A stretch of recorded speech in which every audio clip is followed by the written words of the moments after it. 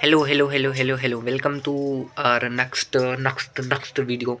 Next video we are not uploading. मतलब एक तो पढ़ लिया था बट अपलोड कोई नहीं करा क्योंकि 2 दिन से टाइम नहीं मिल रहा था।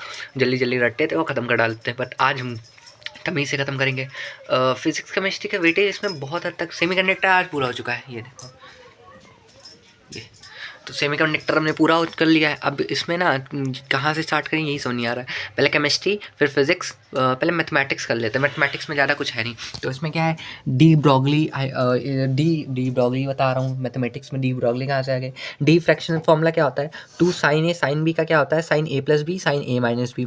2 कॉस ए साइन बी का क्या होता है, साइन ए प्लस बी माइनस साइन ए माइनस बी। फिर कॉस ए कॉस बी का क्या होता है, cos A plus B cos A minus B. Sign A sine B का क्या होता है, cos A minus B minus cos A plus B. इसमें आगे आ जाता है।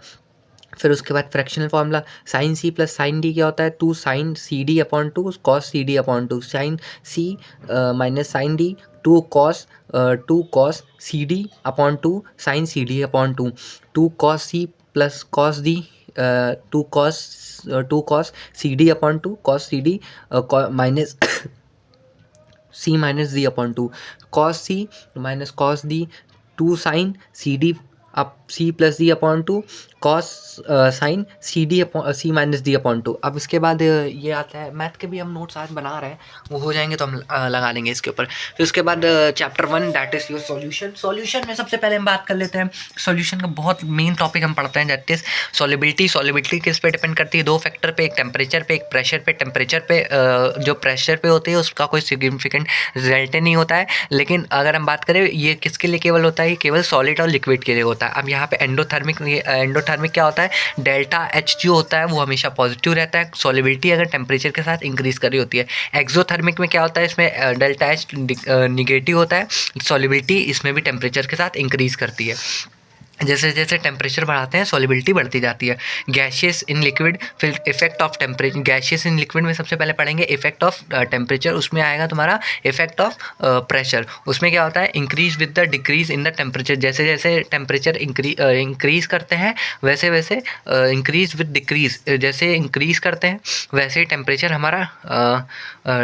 हमारा डिक्रीज हो जाता है इफेक्ट ऑफ टेम्परेचर में। और increase with the increase in pressure, जैसे जैसे हम प्रेशर बढ़ाते हैं वैसे वैसे इसकी इफेक्ट ऑफ मतलब गैशियस इन लिक्विड में सॉलिबिलिटी बढ़ती जाती है। लिक्विड फिर उसके बाद हम बात कर लेते हैं किसका, हेनरीज लॉ की बात कर लेते हैं। In liquid in gas in liquid में ये भी होता है, ठीक है।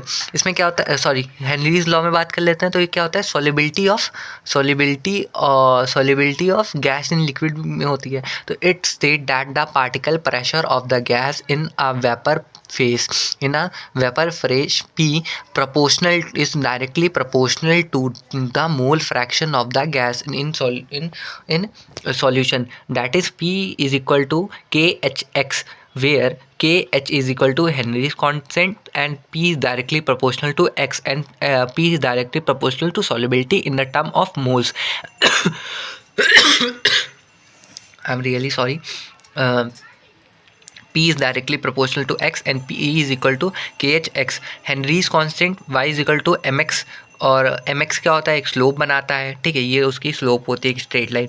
उसके बाद KH is directly proportional to temperature and KH is inversely proportional to solubility. उसके बाद क्या आता है, एक बहुत इंपॉर्टेंट क्वेश्चन जो बोर्ड में पूछा जाता है कि why aquatic animal are more comfortable in cold water as compared to hot water, because of that यहाँ पे क्या होता है, because the solubility of the oxygen is more in cold water। इसके बाद आता है तुम्हारा वेपर प्रेशर। वेपर प्रेशर क्या होता है, vapour pressure at a equilibrium rate, evaporation of the rate constant, rate condensation at a constant temperature accepted by the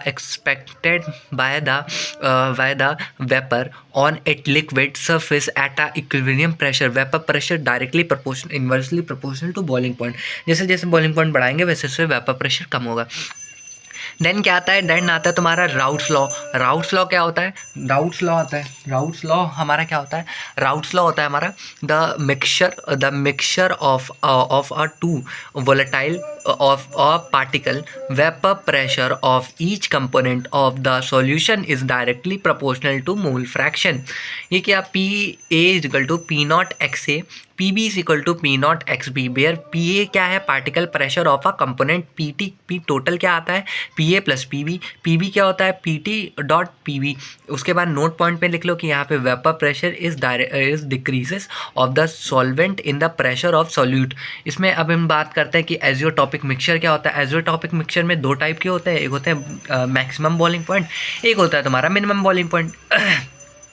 तो minimum boiling point में क्या होता है, नॉन आइडियल सॉल्यूशन होता है और ये क्या शो करता है, पॉजिटिव डेविएशन शो करता है। और इसमें क्या होता है, जैसे H2O प्लस C2H5OH, यहाँ पे वेपर प्रेशर जैसे जैसे बढ़ाते हैं वैसे वैसे बॉइलिंग पॉइंट डिक्रीज करता है। उसके बाद क्या आता है, मैक्सिमम बॉइलिंग पॉइंट पे आता है तो H2O प्लस HCl, ये हमारा ये फॉर एग्जाम्पल हो गया, ठीक है। वाटर प्लस एसिड, इसमें क्या होता है, वाटर प्लस बेस होता है। और नॉन आइडियल सॉल्यूशन में क्या होता है, शो सा नेगेटिव डेविएशन शो करवाता है, शो होता है, ठीक है। और X is equal to X Y, constant boiling point होता है इसमें। उसके बाद क्या आता है तुम्हारा, उसके बाद आता है उसके बाद आता है तुम्हारा कॉलिगेटिव प्रॉपर्टीज़। कॉलिगेटिव प्रॉपर्टीज़ क्या होता है, रुको एक मिनट, अब दिख रहा है। कॉलिगेटिव प्रॉपर्टीज़ क्या होता है, कॉलिगेटिव प्रॉपर्टीज़ होती हैं तुम्हारी properties which depends on the number of the solute particle and not on their nature. जो नेचर पे नहीं, उनके number of the solute particle पे डिपेंड करता है, वही होता है तुम्हारा ये, ठीक है। उसके बाद क्या आता है तुम्हारा ये इसमें कितने टाइप के होते हैं, एक relative lowering of vapour pressure होता है, जैसे P naught minus P S upon P naught X solubility होती है। Osmotic pressure pi is equal to C R T. Elevation of the boiling point क्या होता है, delta T B is equal to K V into M. Delta T B क्या होता है, delta T B minus delta T B naught. फिर depression in freezing point क्या होता है, ये होता है delta T F is equal to K F into M. T क्या होता है, T B naught minus F. फिर उसके बाद आता है halo alkanes and halo arenes. इसमें हम कुछ टॉपिक्स की बात कर लेते हैं halo alkanes and halo arenes में। तो इसमें सबसे पहले क्या होता है, इसका इंट्रोडक्शन ले लेते हैं। फिर उसके बाद हम क्या करेंगे, introduction of halo arenes and halo alkanes. उसके बाद एमओपी दोनों की, फिर physical property and chemical property. Then हमारे पास ये पॉलीहाइड्रोजन ये आएगा, बस यहाँ से चैप्टर तुम्हारा खत्म हो जाएगा।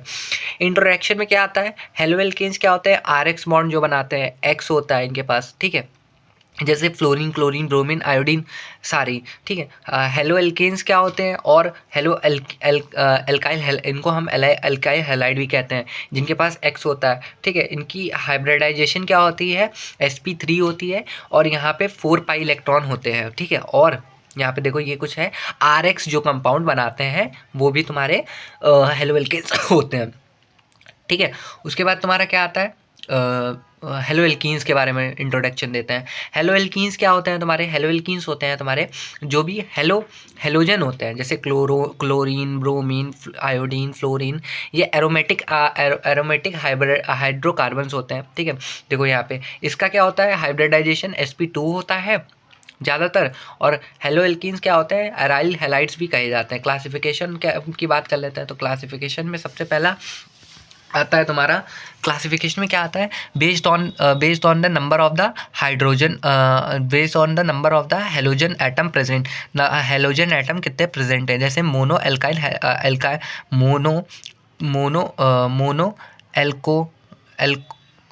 Alkanes CH3 CH3Cl CH3CH2 Br etcetera.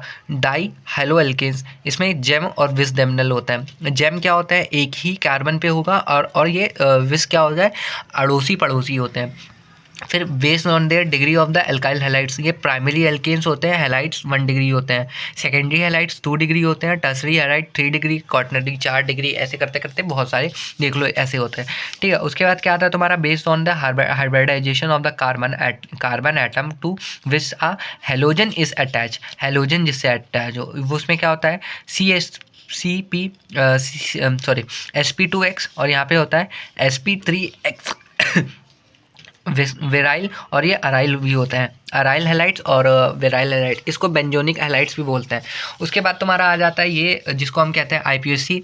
IPSC में हम सबसे पहले क्या लिखते हैं, secondary prefix, primary prefix, word root, primary suffix और सेकेंडरी सफिक्स। उसमें क्या सबसे पहले meth, eth, pro, but, pent, hex, hept, oct, non, dec, undec, dodec. इसमें क्या होता है, सेकेंडरी में क्या होता है, जूनियर, इसमें क्या होता है जूनियर फंक्शनल ग्रुप और साइड चेन एल्काइल्स और एक्स्ट्रा ग्रुप जैसे क्लोरो, ब्रोमो, आयोडो, फ्लोरो। प्राइमरी प्रीफिक्स में क्या होता है, यहाँ पे साइक्लिक होगा तो क्लोरो हो जाता है, वर्ड रूट हमने बता दिया। फिर उसके बाद होता है तुम्हारा प्राइमरी सफिक्स। प्राइमरी सफिक्स में क्या होता है, एन, इन, आइन, मतलब single bond, double bond, triple bond होता है। सेकेंडरी सफिक्स में क्या होता है, सीनियर फंक्शनल ग्रुप लगा रहता है। उसके बाद आइसोमेरिज्म की बात कर लेते हैं। आइसोमेरिज्म में क्या होता है, चेन आइसोमेरिज्म होती है। तो उसमें क्या होता है कि चेन आइसोमेरिज्म में चेन आइसोमेरिज्म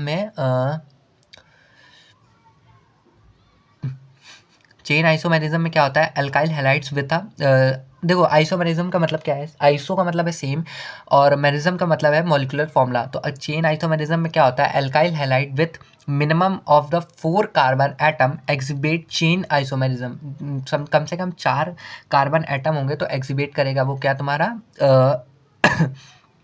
ठीक है।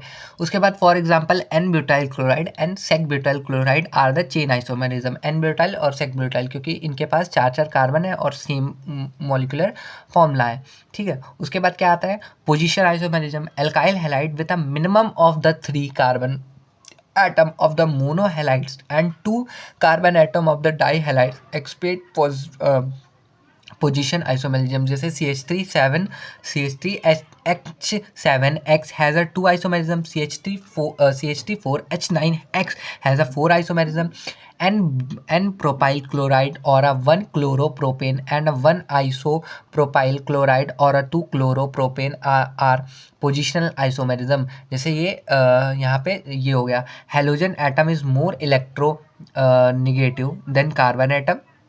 The carbon halogen bond are of a alkyl halides is polarised, ये पोलराइज्ड होती है। फिर इलेक्ट्रॉन नेगेटिविटी की बात कर लेते हैं, वो nature of the CX bond के ऊपर डिपेंड करता है। उसके बाद क्या आता है तुम्हारा, उसके बाद आता है तुम्हारा ये वाला पार्ट। इसमें आएगा तुम्हारा इसमें क्या आता है, इसमें आएगा तुम्हारा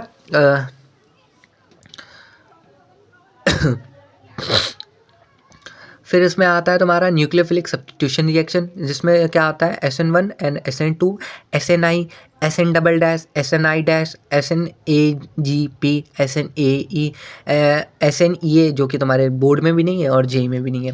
SN1AR, SN1 देखो इसमें कौन सी इंपॉर्टेंट है, SN1, SN2, SNI, SN1AR, SN2AR, SNI dash, बस इससे ज़्यादा नहीं पूछते हैं। SNI डैश भी कहीं रेयर केस में ही पूछ लेते हैं। SNI डैश में SN1AR पूछ लेते हैं, बस इससे ज़्यादा नहीं पूछते हैं। SNI नहीं पूछते कहीं, ठीक है। तो इसमें क्या आता है, सबसे पहले SN2 रिएक्शन बात कर लेते हैं, जिसको हम लोग कटप्पा अटैक करते हैं, मतलब बैक अटैक उसको हम लोग बोलते हैं। ये तुम्हारा होता है, तुम्हारा कंपाउंड होता है, उसके ऊपर बैक अटैक होता है तो उसका X निकल जाता है और वो ऐसा कुछ बन जाता है। इसकी ट्रांजिशन स्टेट याद रखना है, यहाँ पे ट्रांजिशन स्टेट सबकी खतरनाक होती है, ऐसे होती है इसकी ट्रांजिशन स्टेट कुछ हद तक, ठीक है। और तुम्हें ज़्यादा ये चैप्टर अच्छे से डीप नॉलेज लेके पढ़ना है तो वो मैंने उसमें पढ़ा रखा है विथ NCERT। कौन सा था, एक मिनट यार, कौन सा चैप्टर है, सॉरी चैप्टर बता रहा हूँ, हाँ वीडियो पड़ी है पूरी तो तुम वहाँ जाके देख सकते हो, ठीक है। फिर उसके बाद वुडन इसमें इन्वर्जन होता है, बायोमोलिक्यूल होता है, 1 स्टेप रिएक्शन होती है, R में बी कन्वर्टेड टू S और D में बी L।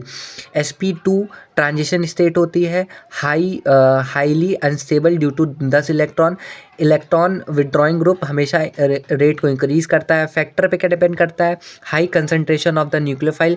न्यूक्लियोफिलिसिटी क्या होती है, मस्ट बी गुड होनी चाहिए। हिंड्रेंस क्या होगा, मस्ट बी लेस होगा। अबे हिंड्रेंस ज़्यादा होगा तो इलेक्ट्रॉन निकालने में या उस भैया हैलोजन को निकालने में उसकी आत्मा मर जाएगी। हाँ, लिविंग ग्रुप बढ़िया होना चाहिए, R1 R2 RB RC और I आ रही, ठीक है। 1 डिग्री, 2 डिग्री और 3 डिग्री ईट। अब इसके बाद आता है तुम्हारा हमारी फेवरेट, जिसको हम कहते हैं SN1 reaction, that is eat 5 star, do nothing. ईमा का होता है, ईमा CH3 लगा रहता है कार्बन के ऊपर, और यहाँ पे पोलर प्रोटिक सॉल्वेंट ऐड करते हैं, और उसके साथ H2O, BOH, ROH, RCOH, ये सारे तुम्हारे पोलर प्रोटिक सॉल्वेंट है, इसको लगाते हैं। और यहाँ पे क्या होता है, ये CH3X यहाँ से निकल जाता है और यहाँ पे न्यूक्लियोफाइल आके बच जाता है। ये उसकी ट्रांजिशन स्टेट हो गई। ट्रांजिशन स्टेट कुछ ऐसी होती है, ऐसी होती है, ऐसी होती है। ये नीचे दो और ये ऊपर एक, ऐसे होते, ऐसे दिख रहा है ना, समझा पाया हूँ होप सो तुम्हें। उसके बाद क्या आता है तुम्हारा, उसके बाद आता है यूनिमोलिकुलर। आज मुझे यहाँ पे टेप लगाना पड़ेगा एक इसमें, क्योंकि उड़ रहा है महाराज, ये उड़े जा रहे हैं। यूनिमॉलिक्यूलर होती है, 2 स्टेप रिएक्शन होती है, डाई इलेक्ट्रिक कॉन्स्टेंट पोलैरिटी होती है। It follows the first order kinetics को फॉलो करता है, first order rate of reaction क्या है, स्टेबिलिटी ऑफ कैटायन पे डिपेंड करती है। Good electron with donating group होना चाहिए, हमेशा रेट को इंक्रीज करेगा। लिविंग ग्रुप बढ़िया होना चाहिए, और लिविंग ग्रुप बढ़िया होगा क्योंकि इसमें भैया जो हमारे न्यूक्लियोफाइल चचा हैं वो आते नहीं हैं, कहीं से रिएक्ट नहीं करते, उनके खौफ से ही वो काम बन जाता है। तो ये न्यूक्लियोफाइल अच्छा होना चाहिए, लिविंग ग्रुप अच्छा होना चाहिए, और when degree is same check the branching जो होती है वो रेट के हमेशा डायरेक्टली प्रोपोर्शनल होती है। इसके बाद हम रिएक्शंस पे आ जाएंगे। कुछ इसकी रिएक्शन में क्या पढ़ना है, रिएक्शन में कुछ नहीं है भाई, रिएक्शन में बस इतना देख लेना है कि यहाँ पे रिएक्शन विद PX2, यहाँ पे 3 ROH। अरे ये चचा निकल रहे हैं यार,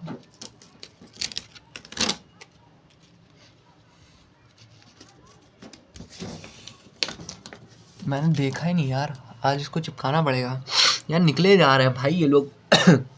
अबे 2 से लगाना पड़ेगा ताकि उड़े ना। ये देखो, ये उड़ते रहते हैं, ये उड़ते रहते हैं, ये चलो इसमें एक इसमें लगाना है, एक इसमें लगाना है, और एक भाई एक चचा, एक ये। चलो ठीक है, अभी हम लगाते हैं लाके, ठीक है। उसके बाद क्या, रिएक्शन विद रेड फॉस्फोरस में क्या होता है, 3 ROH होता है, और रेड फॉस्फोर PbR2 लगाते हैं, ठीक है। वो क्या करता है, 3, भाई बैटरी बहुत कम बची है यार। फिर यहाँ पे क्या आता है, SN2 मैकेनिज्म होती है, इन्वर्जन होता है, रिएक्शन विद PCl5 हो जाती है। यहाँ पे क्या 3RBr बनाता है और H3PO3 बना लेता है। और उसके बाद क्या आता है तुम्हारा, SN2 रिएक्शन मैकेनिज्म होती है, इन्वर्जन होता है, रिएक्शन विद अगला आता है PCl5 जैसे ROH और PCl5 के हम रिएक्शन कराते हैं, तो यहाँ पे हमारे पास RCl और HCl और POCl3 बना लेता है। SN2 मैकेनिज्म होती है। ड्राइविंग फोर्स क्या होता है इसमें ड्राइविंग फोर्स जो होता है मेरे भाई, उसमें ड्राइविंग फोर्स PO बॉन्ड होती है। आर्य जुगाड़ में बात कर लेते हैं। आर्य जुगाड़ में तुम ये समझ लो, ये हमारे फेवरेट सर आर्य बाबा का जुगाड़ है जी। आर्य जुगाड़ में यह लिखा हुआ है कि यहाँ पे ROH जो होता है, यहाँ पे PCl5 जो बनाता है वो 3 Cl के साथ मतलब बॉन्डिंग बना लेता है, मतलब सॉरी, एक HCl बना लेता है, एक RCl बना लेता है। तो वही हम पहले लिखते हैं RCl प्लस HCl।